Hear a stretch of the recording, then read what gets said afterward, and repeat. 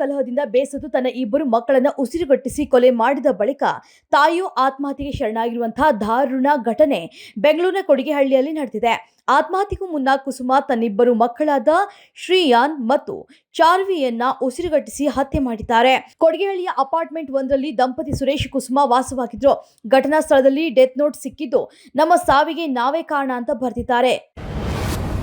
ವಕ್ಫ್ ಆಸ್ತಿ ಹೆಸರಿನಲ್ಲಿ ದೇವಸ್ಥಾನಗಳು ಮತ್ತು ರೈತರ ಜಮೀನು ಇದ್ರೆ ಅದನ್ನ ಮುಟ್ಟುವುದಿಲ್ಲ ಅಂತ ವಕ್ಫ್ ಸಚಿವ ಜಮೀರ್ ಅಹಮದ್ ಖಾನ್ ಹೇಳಿಕೆಯನ್ನು ನೀಡಿದ್ದು, ವಿಧಾನ ಪರಿಷತ್ನಲ್ಲಿ ಗುರುವಾರ ವಕ್ಫ್ ವಿಚಾರವಾಗಿ ನಿಯಮ 68ರ ಅಡಿ ನಡೆದಂತಹ ಚರ್ಚೆಗೆ ಉತ್ತರಿಸಿದ ಅವರು, ರೈತರು ಅನ್ನದಾತರಾಗಿದ್ದು ಅಂತಹ ಆಸ್ತಿಗಳನ್ನ ಮತ್ತು ದೇವಸ್ಥಾನಗಳನ್ನ ಮುಟ್ಟುವುದಿಲ್ಲ ಅಂತ ಹೇಳಿದ್ರು.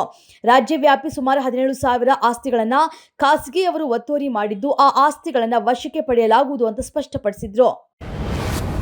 ತಮಿಳುನಾಡಿನ ದಿಂಡಿಗಲ್ನಲ್ಲಿರುವಂತಹ ಪ್ರಮುಖ ಆಸ್ಪತ್ರೆಯಲ್ಲಿ ಅಗ್ನಿ ಅವಘಡ ಸಂಭವಿಸಿ ಕನಿಷ್ಠ 6 ಮಂದಿ ರೋಗಿಗಳು ಮೃತಪಟ್ಟಿದ್ದಾರೆ ಮತ್ತು 20 ಮಂದಿ ಗಾಯಗೊಂಡಿದ್ದು, ಗುರುವಾರ ರಾತ್ರಿ ಘಟನೆ ಸಂಭವಿಸಿದೆ. ಸ್ಥಳೀಯ ಅಧಿಕಾರಿಗಳ ಪ್ರಕಾರ ಮೃತರಲ್ಲಿ 1 ಮಗು ಮತ್ತು 2 ಮಹಿಳೆಯರು ಸೇರಿದ್ದಾರೆ.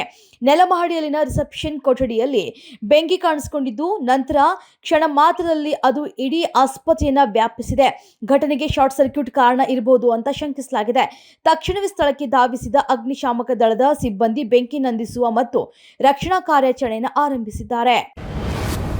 ಬಿಗ್ ಬಾಸ್ ಖ್ಯಾತಿಯ ಡ್ರೋನ್ ಪ್ರತಾಪ್ನನ್ನ ಪೊಲೀಸರು ಬಂಧಿಸಿದ್ದಾರೆ. ಸೋಡಿಯಂ ಬಳಸಿ ಕೃಷಿ ಹೊಂಡದಲ್ಲಿ ಡ್ರೋನ್ ಪ್ರತಾಪ್ ಸ್ಫೋಟಿಸಿದ್ರು. ಅಲ್ಲದೆ ಇದನ್ನ ವಿಡಿಯೋ ಮಾಡಿ ಸಾಮಾಜಿಕ ಜಾಲತಾಣದಲ್ಲಿ ಅಪ್ಲೋಡ್ ಮಾಡಿದ್ರು. ಈ ಸಂಬಂಧ ತುಮಕೂರು ಜಿಲ್ಲೆಯ ಮಧುಗಿರಿಯ ಮಿಡಿಗೇಶಿ ಠಾಣೆಯಲ್ಲಿ ಪ್ರಕರಣ ದಾಖಲಾಗಿತ್ತು. ಈ ಸಂಬಂಧ ಮಿಡಿಗೇಶಿ ಪೊಲೀಸರು ಪ್ರತಾಪ್ ನನ್ನ ವಶಕ್ಕೆ ಪಡೆದು ವಿಚಾರಣೆಯನ್ನು ನಡೆಸ್ತಾ ಇದ್ದಾರೆ.